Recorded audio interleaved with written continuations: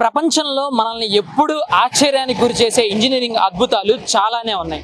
వాటిని చూస్తూ మనం ప్రతిసారి స్టన్ అవుతూ కూడా ఉంటాం. అలాంటి ఇంజనీరింగ్ అద్భుతం మన విజయవాడలో ఉంది.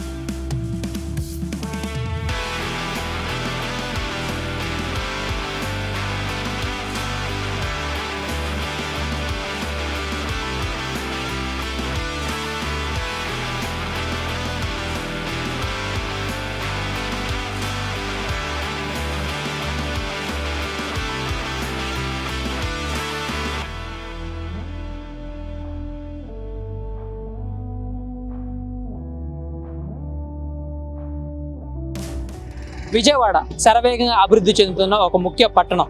ప్రస్తుతం ఈ పట్టణంలో గత ఏడాది వచ్చిన వరదల్లో దాటికి ఇంకా చాలా ప్రాంతాలు భయపడుతూనే ఉన్నాయి. ఎప్పుడు వర్షం కురిసినా కానీ వాళ్ళంతా భయపడుతూనే ఉన్నారు. కానీ ఈ ప్రాంతానికి సంబంధించి ప్రకాశం బ్యారేజ్ నిర్మాణానికంటే ముందు మనందరికీ తెలియని కొన్ని విషయాలు ఇప్పుడు ఈ వీడియోలో మనం డిస్కస్ చేసుకోబోతున్నాం. ఒకటి, ప్రకాశం బ్యారేజ్కి సంబంధించి కుడి కాలువ ఎడమ కాలువ అని రెండు ఉన్నాయి. అవి మనందరికీ తెలిసినవి.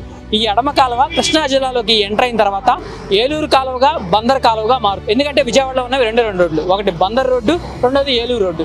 ఈ రెండు రోడ్లు వెంట కలుస్తూ ప్రవహించేదే బందర్ కాలువ, ఏలూరు కాలువ.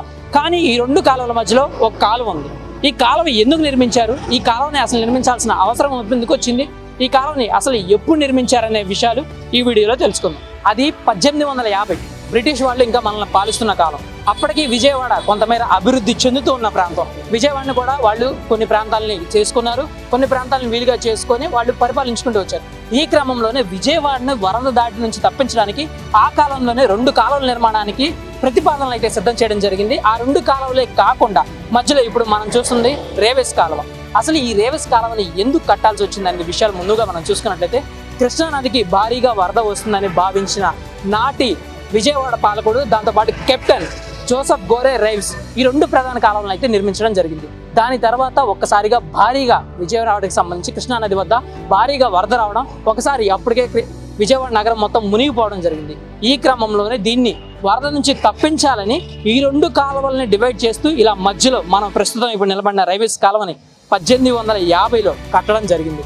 అయితే దాని తర్వాత స్వతంత్రం వచ్చిన తర్వాత మనం ఏదైతే ఇప్పుడు మనం చూస్తున్న ప్రకాశం బ్యారేజ్ నిర్మాణానికి సంబంధించి దాంతోపాటు అనుబంధంగా అటు తాడేపల్లికి ఇటు విజయవాడకి సంబంధించి కుడి కాలువని ఎడమ కాలువని కూడా కట్టడం జరిగింది. అయితే ప్రస్తుతం ఈ కాలువలే మనల్ని వరద దాటి నుంచి తగ్గిస్తున్నాయి. ఎందుకంటే భారీగా వరద ఎక్కువైన నేపథ్యంలో మెయిన్ డ్యామ్ నుంచి సముద్రంలోకి నీరు వదలడమే కాకుండా ఈ కెనాల్స్ నుంచి, అనుబంధ కెనాల్స్ నుంచి నీరు వదులుకుంటూ వస్తారు. ఇలా వదులుకుంటూ వచ్చినప్పుడు నగరాన్ని వరద తాకుండా అటువైపుగా ఇటువైపుగా వెళ్ళిపోవడం అయితే జరుగుతుంది. కానీ ఈ మధ్యలో ఉన్న రేవేస్ కెనాల్ అనేది దీన్ని ఎందుకు కట్టాల్సి వచ్చిందంటే, భారీగా వరద ఈ రెండు కాలువల్ని ముంచివేసిన నేపథ్యంలో వరద ఖచ్చితంగా నగరంలోకి వస్తుందని భావించినప్పుడు ఇప్పుడు మనం చూస్తున్న ఈ కాలువ కూడా వరద దాటినైతే పెంచడం జరుగుతుంది. దీని లోతు 100 అడుగులు మేర ఉంటుంది.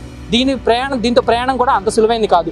మిగిలిన రెండు కాలువలతో కంపేర్ చేసుకుంటే దీని వరద ఉధృతి కూడా చాలా ఎక్కువగా ఉంటుంది. సో ఈ నేపథ్యంలోనే 58 కిలోమీటర్ల పాటు ఎలా అయితే కృష్ణానది పూర్తిగా ఇక్కడ నుంచి ప్రవహించేసి హంసల దీవిలో ఎలా అయితే కలవడం జరుగుతుందో, ఇది కూడా 58 కిలోమీటర్ల పాటు ఈ రోడ్డు వెంట ట్రావెల్ చేసుకుంటూ రేవేస్ కెనాల్ చివరిగా విజయవాడకు సంబంధించి ఎక్కడైతే హంసల దీవి వద్ద పాయ ఉందో ఆ పాయలో కృష్ణానదిలో మళ్ళీ ఇది కలిసిపోవడం అయితే జరుగుతుంది. సో ఇది విజయవాడకు సంబంధించి ఉన్న వన్ ఆఫ్ ద ఫ్యాక్ట్. ఈ జనరేషన్లో చాలా మందికి ఇది తెలియకపోవచ్చు. సో ఆనాడు రేవేస్ గారు కట్టారు కాబట్టి దీనికి రేవేస్ కాలువ అని చెప్పి దీనికి పేరు పెట్టుకోవడం కూడా జరిగింది. నేడు ఆయన జయంతి సందర్భంగా ఆయన్ని గుర్తు చేసుకోవడం కూడా జరుగుతుంది. సో ఇలా విజయవాడలో ఉన్న అన్నోన్ ఫ్యాక్ట్స్ గురించి మీకు ఎంతవరకు తెలుసో కామెంట్ రూపంలో తెలియజేయండి. కెమెరా పర్సన్ రాంబాబుతో లింగారెడ్డి, 1 ఇండియా న్యూస్, విజయవాడ.